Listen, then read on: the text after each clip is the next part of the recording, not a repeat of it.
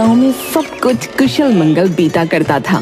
गांव की समृद्धि और खुशहाली देखकर बहुत सारे लोग वहां व्यापार करना चाहते थे, लेकिन गांव होने के कारण गांव वाले अपने रोज के संसाधन खुद ही जुटाया करते थे। जैसे कि अनाज वो अपने खेतों में उगाया करते थे और कपड़े सूती के पहना करते थे। सोनपुर गांव पर एक दिन भिंडरू बनिया की नजर पड़ी। भिंडरू बनिया शहर में अपनी दुकान चला रहा था, लेकिन वहाँ उसकी दाल नहीं गल रही थी। एक दिन उसकी दुकान के बाहर से कुछ लोग सोनपुर गांव के बारे में बातें करते हुए जा रहे थे, जिसे सुनकर भिंडरू बनिया बोला, सोनपुर गांव, मैंने बहुत सुना है इस गांव के बारे में। आखिर क्या बात है, मैं भी तो देखूं।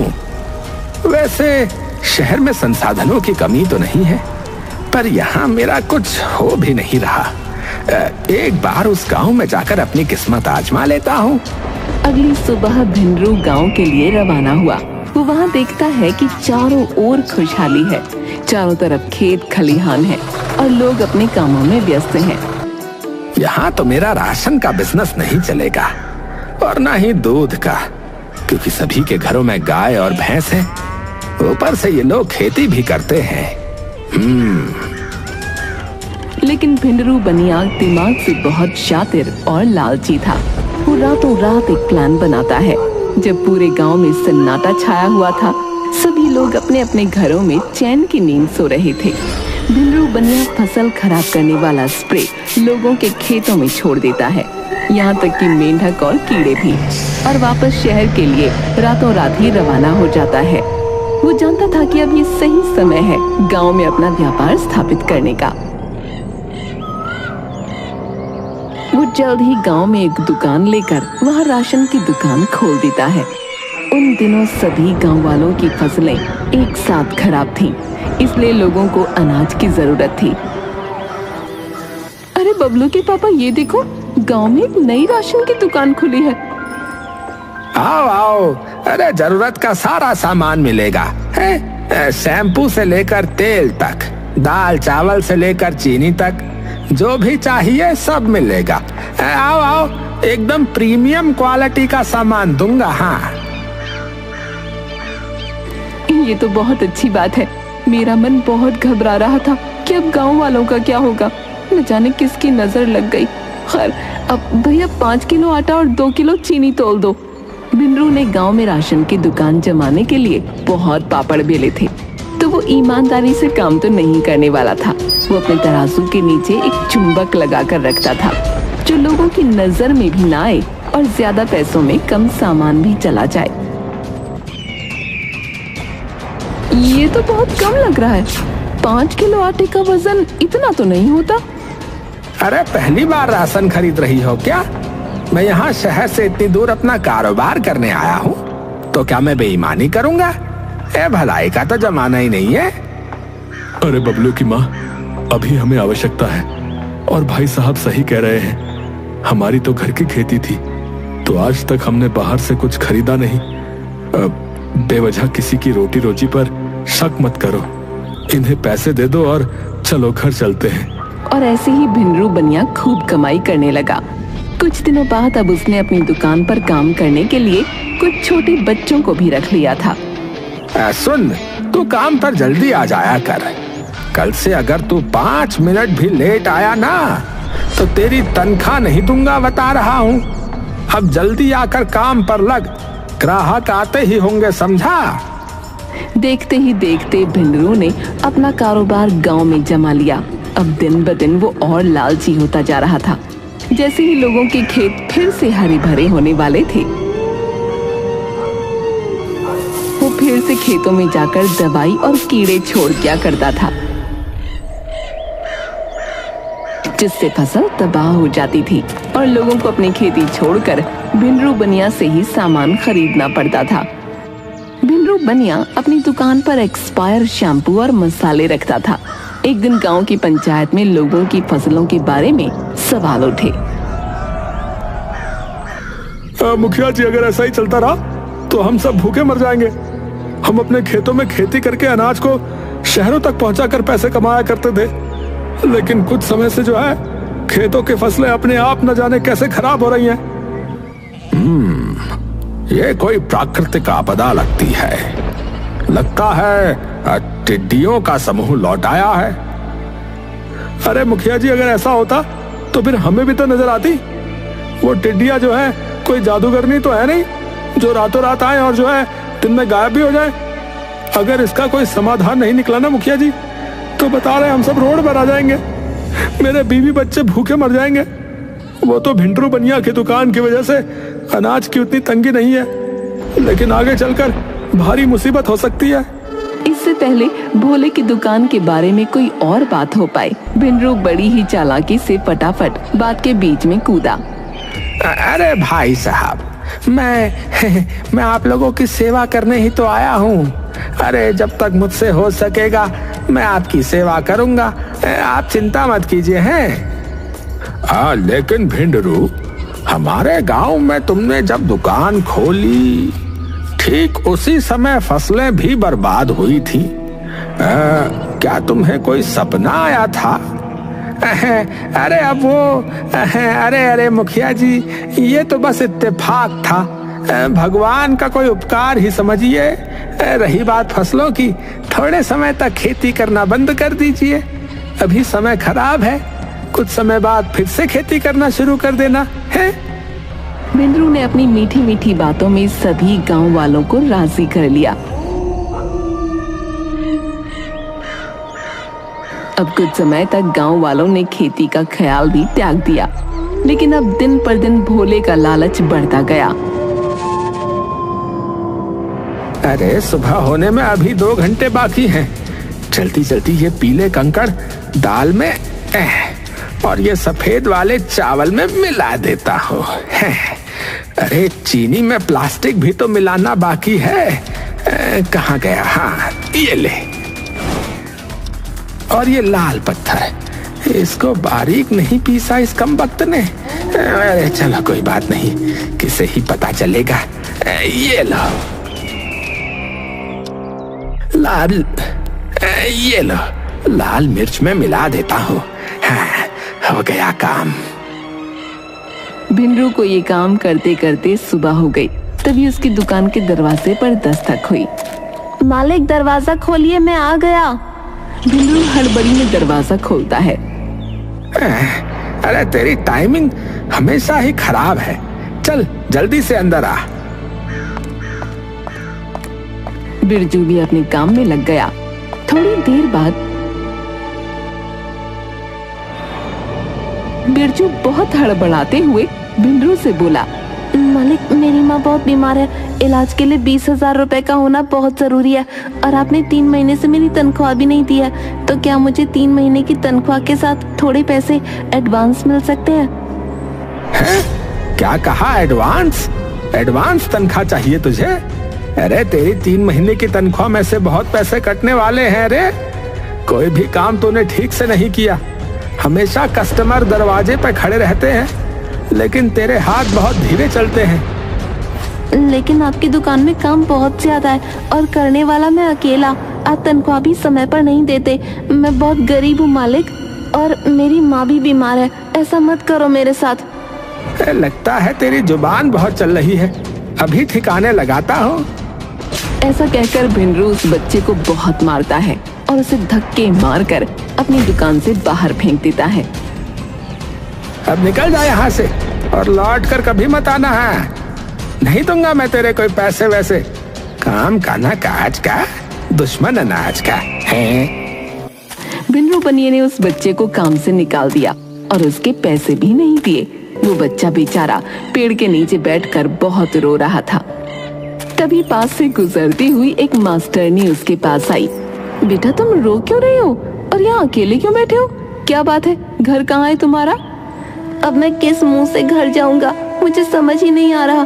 भिंडरू मालिक ने मुझे मेरे काम के पैसे भी नहीं दिए और मुझे काम से भी निकाल दिया और मुझे बहुत मारा।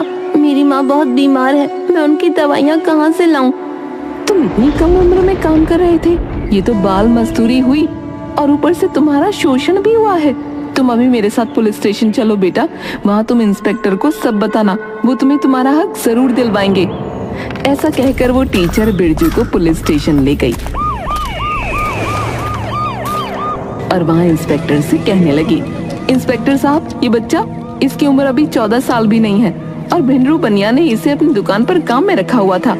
भिंडरू बनिया ने इसे 3 महीने की तनख्वाह भी नहीं दी और ऊपर से इसे बहुत मारा भी। आपको उसके खिलाफ एक्शन लेना ही होगा। अरे आपको क्या लगता है कि आप थोड़ा बहुत पढ़ लिख कर पुलिस स्टेशन चली आओगी और यहाँ पुलिस हाथ में चूना लेकर आपकी कंप्लेंट का इंतजार करेगी? इस स्टेशन में और भी बहुत भारी मुद्दे हैं संभालने को। अगर इन्हीं छोटे मोटे मुद्दों के पीछे भागते रहे तब तो हो गया काम। कैसे इंस्पेक्टर हो आप? कानून का काम होता है जनता की रक्षा करना, लेकिन आप तो इंस्पेक्टर के नाम पर कलंक हो। अरे अब जाओ बहन, तुम्हारे जैसे बहुत आते हैं यहाँ पर। टीचर बिरजू को दिलासा देते हुए स्टेशन से बाहर निकली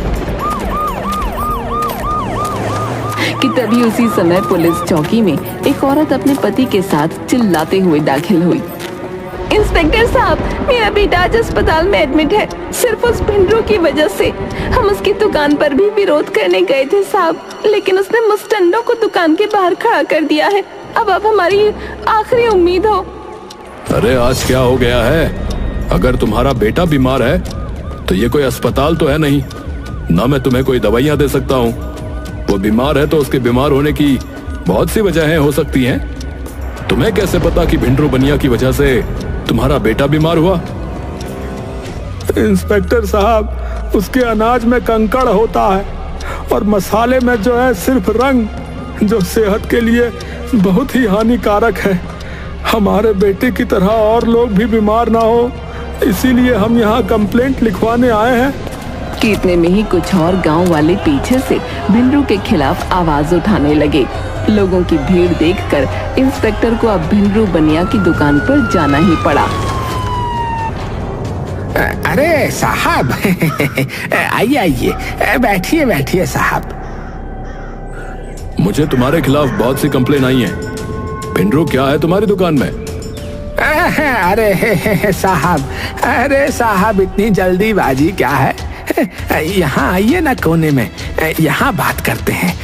हाँ, आइए आइए। भिंडरू अपनी दुकान के अंदर ले जाकर इंस्पेक्टर को रिश्वत दे देता है। इतनी सेवा पानी ठीक है या कुछ और खातिर करूँ आपकी साहब जी? आज तो मैं अकेले आया हूँ, लेकिन अगली बार कंप्लेंट मिली तो मेरी पूरी टीम आएगी। अरे नहीं नहीं नहीं, आगे से आपको कोई कंप्लेंट नहीं मिलेगी। इंस्पेक्टर के जाने के बाद भिंडरू ने चैन की सांस ली। अरे वैसे भी इस गांव से मुझे जितना मिलना था मिल गया है, अब अपना ठिकाना बदलना होगा। आज तो बच गए, लेकिन ये गांव वाले भी मेरा कुछ नहीं उखाड़ सकते। उनके पास मुझसे सामान लेने के अलावा और कोई रास्ता भी तो नहीं। इंस्पेक्टर जब पुलिस चौकी पहुंचा तो उसने लोगों को वहां से जाने के लिए कहा। देखिए, भिंडरू बनिया की दुकान का इंस्पेक्शन हो चुका है। वहां पर कुछ भी ऐसा नहीं मिला जिससे कोई परेशानी खड़ी हो। जाइए यहाँ से, वरना मुझे फोर्स को बुलाना पड़ेगा। इसके बाद कुछ पुलिस वालों ने मिलकर भीड़ को भगा दिया। अपने बढ़ते लालच की वजह से अब भिंडरू दुकानदार अपने अनाज में 4 गुना अधिक मिलावट करने लगा था। ऐसा लगता था मानो आधे से ज्यादा कंकर हो और 1/4 अनाज। ऐसे ही कुछ दिन बीत गए। हाँ भाग्यवान, क्या हुआ? अरे कितनी बार कहा है कि ड्यूटी के बीच में परेशान मत किया करो, पर तुम हो कि सुनती नहीं हो। क्या हुआ डुग्गू को? क्या हुआ? आप जल्दी घर आ जाइए। इंस्पेक्टर फौरन अपने घर पहुंचा। उसने देखा कि उसके घर में चारों ओर मातम फैला है। उसका बेटा सफेद चादर में लिपटा जमीन पर लेटा है। वो अपने बेटे के सामने बैठकर चीखने लगा। ये सब कैसे हुआ? अचानक से ये क्या हुआ मेरे बेटे को? मेरे बेटे की ये हालत किसने की? भिंडरू बनिया की दुकान से लाए हुए राशन से मैंने खाना बनाया था। डुग्गू को मैंने वही खिलाया। सुबह अचानक इसके पेट में दर्द हुआ तो इसे लेकर अस्पताल गई और कुछ समय बाद डॉक्टर ने ये पूरी खबर सुना दी। न जाने किसकी पूरी नजर लग गई है। हाय मेरा बेटा। आजकल लालच इतना बढ़ चुका है कि लोग दूसरों की जान लेकर अपने आप को संतुष्ट करने को राजी हैं। ये देख इंस्पेक्टर का दिल झन्ना उठा।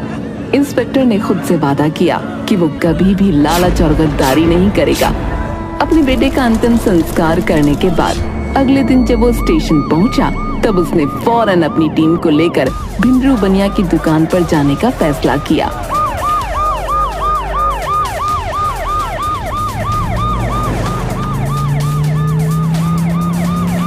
अरे मालिक, आप आज फिर से आ गए। पिछली बार माल पानी कम पड़ गया था क्या?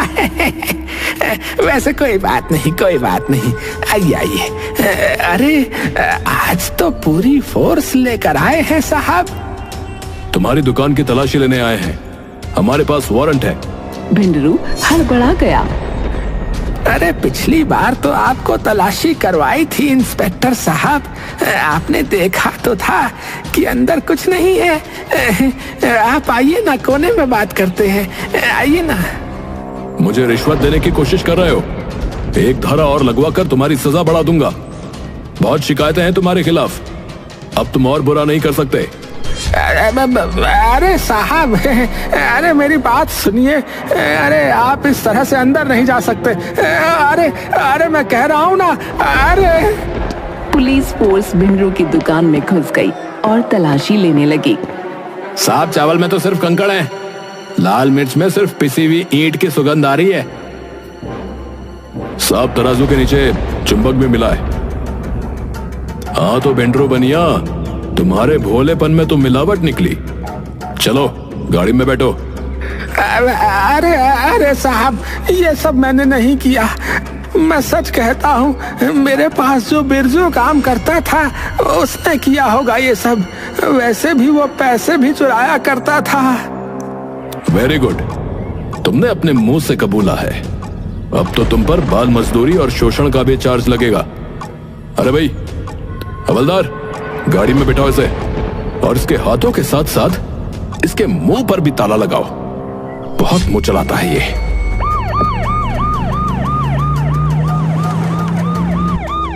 भिंडरू बनिया की दुकान पर ताला लगा दिया गया। उसे उसके कर्मों की सजा मिली। अपने थोड़े से लालच की वजह से उसने खुद को तो मिट्टी में मिलाया ही, और कई मासूम लोगों की जान के साथ भी खिलवाड़ किया। कई बार इंसान अपने लालच के आगे इतना अंधा बन जाता है कि वो इंसानियत भूलकर बेईमानी की मूरत बन जाता है। लेकिन वो कहते हैं ना, कर्म कर, फल की चिंता मत कर। जो जैसे कर्म करता है उसे वैसा ही फल मिलता है।